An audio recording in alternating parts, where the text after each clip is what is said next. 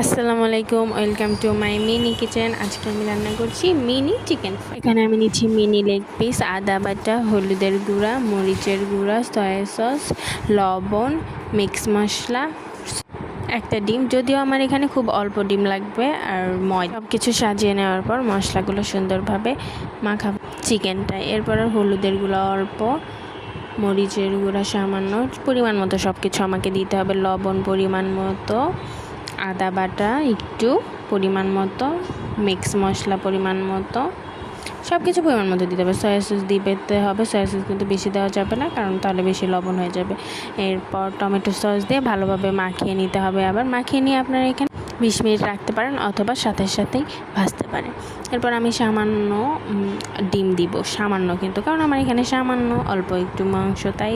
এরপর ময়দা দিব যতটুকু লাগে আমার। ময়দা দেওয়ার পর ভালোভাবে আবার মাখিয়ে নিব। মাখিয়ে নিয়ে এবার আমি ভাজা শুরু করে দিব। ময়দা আর ডিম দিতেই হবে কিন্তু ভাজার আগে।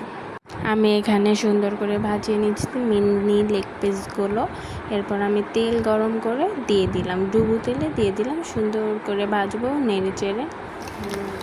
এরপর দুইটাই আমি দিয়ে দিচ্ছি, দুইটা দিয়ে ভেজে নিব।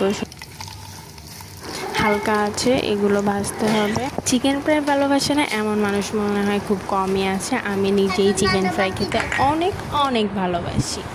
এটার মতো মজা আমি কোথাও খুঁজে পাই না। তো আমার ভাজা প্রায় হয়ে গেছে। আমি এখন উল্টে দিব। ওই পাশে এক পাশ হয়ে গেছে, এখন আর এক পাশ উল্টে দিব সুন্দর করে। দেখতেই পাচ্ছ আমার ভাজা, আমার চুলা কত সুন্দর জ্বলছে। এখন আমি নামিয়ে নেব। সস দিয়ে সার্ভ করেছি। কেমন হয়েছে কমেন্ট করে